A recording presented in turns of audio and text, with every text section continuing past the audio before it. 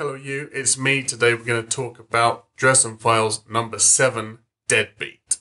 So this book was actually quite a change in pace from the last one. Fixed a gripe I had about the last one, but we'll get to that later. This is definitely the best book I've read so far in this series.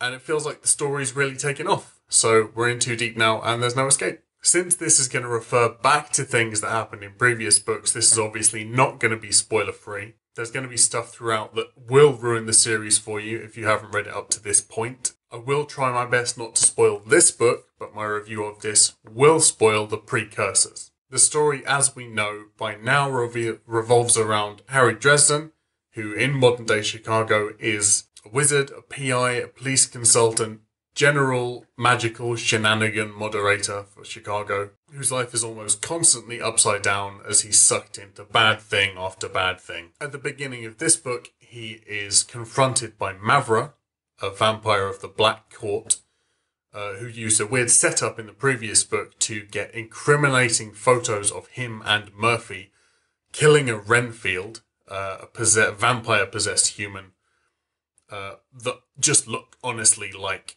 them killing a human, that are so incriminating for Murphy that they could get her thrown off the force or, at worst, put in prison herself. In exchange for the negatives, Mavra insists that Harry find the word of Kemmler. He figures out what the mysterious thing is and that there are baddies in town with a hell of a lot more firepower than him, all after the same thing and willing to do anything to get it, and it's very bad news for everybody if they do.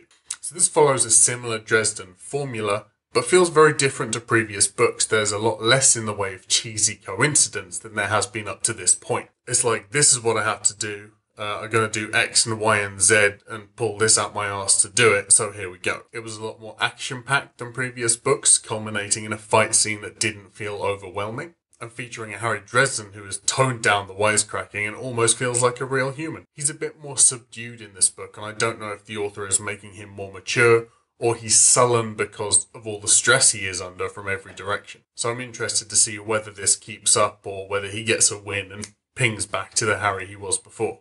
The book also feels very different because Murphy is removed from the picture. She is on holiday with Kincaid throughout the whole book, so he doesn't have her to fall back on. I sort of missed Murphy in this one, honestly, but her absence did leave room for the introduction and exploration of other characters. We're introduced properly to Butters, a mortician pathologist with a passion for polka, who gives us probably the most realistic introduction to the Magic Underground that we've had in a long time. The way he's having to swallow information in the middle of a conflict, the way he's being introduced to a whole new world on somebody else's schedule is just honestly and accurately going to cause this mental collapse that is explored very well. And also in my head now, Butters looks like Boyle from Brooklyn Nine-Nine.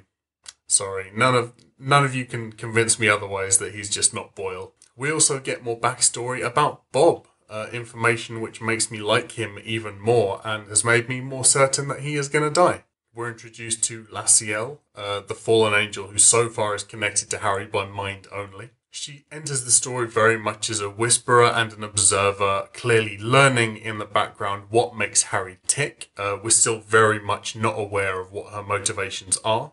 As is the case with every Harry Dresden book, there is a flavour of the week, and this week it's necromancy. We've heard it mentioned before, we've heard how much it's frowned upon. We learn how it's actually tied very cleverly into the title, which I didn't expect and I thought was very well done. We're introduced to the ideas that white magic is not inherently good and black magic is not inherently bad, and there may be ways in which necromancy may be used for good purposes. There are a lot of interesting conversations in this book about fear and death, some that really spoke to me, and I feel like the dialogue in this one is a lot more thought through than it has been in previous books. And Harry isn't looking for every opportunity to fire off a quip, which is nice. The series is getting darker, Harry is overpowered and unstable. He's not fully trusted by anybody, and even his friends are scared of him. I do like that Harry and Thomas's relationship is being developed as a more sibling relationship. The idea that just because you're blood related, you don't have to like each other, but respect each other, learn what the other person is about, and you can try and get on. Going into real spoiler territory now for this book, I feel like I have to, honestly. So if you ain't got Git, Besides Dresden being a bit more of a likeable guy, there are a couple more reasons that I like this book more than others that came before it. Firstly, because I think the main theme of this book is, Harry Dresden, you are not the centre of the universe. Murphy has a life outside him. Thomas is going through things he can't understand. 6 necromancers with power way beyond Harry are vying for control of the word to summon the Wild Hunt, undergo an ascension and become a god, essentially. The war between the Red Court and the White Council is still waging. The Wardens are almost gone. People are dying. And Harry, aside from instigating the war in the first place, hasn't really been involved. He's just like la la la la doing his own thing, and this book hammers in that there are other things happening in the world besides Harry's problems and Harry's personal life. The second reason I loved this book was because there was quite a lot of deliberate and well done misdirection. Some stuff that really caught me off guard that I was not expecting at all. There's the misdirection of Billy telling Harry that he's talking to himself, which makes the reader think, because Harry doesn't know what he means, that Harry is like blacking out, doing something that he's not aware of. And it turns out to be Sheila, an illusion created by Laciel.